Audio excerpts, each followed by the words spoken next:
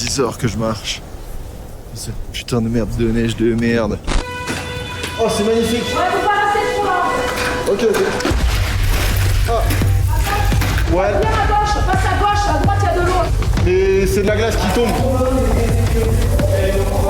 Vas-y. Faites très attention. Entre là et là-bas, tout à l'heure, il y a des pavés comme ça qui sont tombés. Hein. Se déplacer sur un glacier, c'est tu te lèves le matin, tu marches 6 heures, tu arrives à un endroit, tu tentes quelque chose. Si ça marche pas, bon, tu dois refaire 6 heures et tu as perdu une journée. Si tu veux boire, tu dois aller sous la montagne, au piolet, faire fondre ta glace. Et c'est un truc bête parce que tu dois beaucoup boire en altitude, donc tu dois beaucoup aller faire d'aller-retour. C'est pour le thé. C'est que c'est un endroit qui est très hostile, qui est pas du tout accessible et c'est pas si simple que ça. J'ai jamais fait d'alpinisme. Je connaissais pas le froid comme ça, je ne connaissais pas les glaciers. Moi, je suis à côté, je me dis mais attends, est-ce que ça a du sens vraiment? Parce que je suis désolé, je suis un vrai novice. Et ce qui nous concerne surtout, c'est ce lac. Le lac Merzbacher. Chaque année, ce sont 300 millions de mètres cubes d'eau qui se vident d'un seul coup et qui se déversent comme un tsunami des kilomètres plus bas.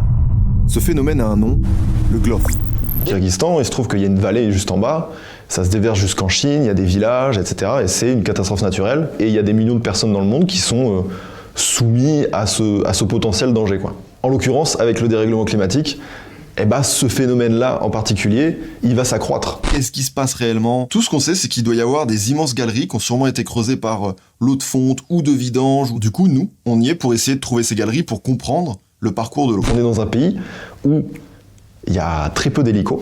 Si tu as un problème, il y a peu de chances qu'on te ramène. Et nous, je sais que 2 mois avant le départ, on a fait des tests de civière avec chaque membre de l'équipe pour au cas où on aurait 17 km de marche sur glacier en demi-tour à faire.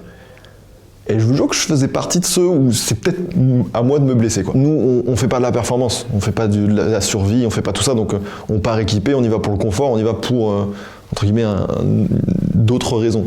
On n'est pas Mike Horn, tu vois. Ça fait bientôt 10 heures qu'on marche. Bon, on a de la chance, il fait un super temps. Pas du tout. On voit enfin le camp. Et du coup, ça me remonte le moral, je suis content.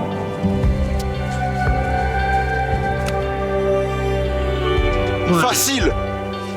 La première fois que je suis rentré dans une cave, j'ai trouvé ça... En fait, je sais que notre inconscient et toute la culture populaire, elle nous a créé des références. Et mine de rien, un peu les films fantastiques, tous les récits, j'avais l'impression de les vivre, sauf que c'est réel. Tu te manges vraiment ta claque. Un glacier, déjà, c'est de la neige compactée. Déjà, moi, je savais pas. C'est compacté sous son propre poids, et à la fin, c'est tellement compacté, comme une boule de neige, que ça fusionne tout fusionne entre eux, et ça devient translucide, et ça a cet aspect un peu où ça ressemble, c'est pas l'eau de ton congèle. Waouh, les gars! Incroyable! Et c'est la première en plus. On est les premiers à mettre les pieds là-dedans. Bon, si je suis enfantin, l'exploration c'est ça, tu vois, une grotte, machin, tu te déplaces une pierre et c'est Indiana Jones. Non, c'est pas ça. C'est quoi alors? T'arrives dans un trou, tu te rends compte que c'est trop dangereux, sauf que t'as marché pendant 4 heures, t'as installé tes trucs pendant 2 heures, et tu te rends compte que, on peut pas là y aller. La petite voix dans ta tête, elle te dit, on fait un film quand même, allez, viens, on y va. Les spélos, ils font, non.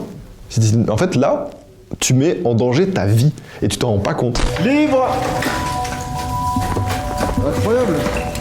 C'est merveilleux! On est une équipe qui est quand même éclectique. Pour les spéléologues, le but c'est d'aller cartographier ça. Pour le spécialiste des glaciers avec qui on vient, c'est pour un peu mieux comprendre, parce que lui, son métier, c'est aussi de sensibiliser. Et moi, je suis le 3e bras, où moi, je viens offrir à la fois un divertissement et sensibiliser à ma manière, à travers mon regard, etc. aussi. Je suis content de ce que je ramène, parce que je ramène une nouvelle vision. J'ai appris plein de choses.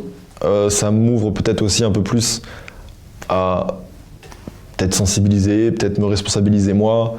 Je dis pas que ça va être super utile, tu vois. Mais de poser une première brique en mode, les gars, regardez, on en est conscient, je pense qu'on peut faire des choses.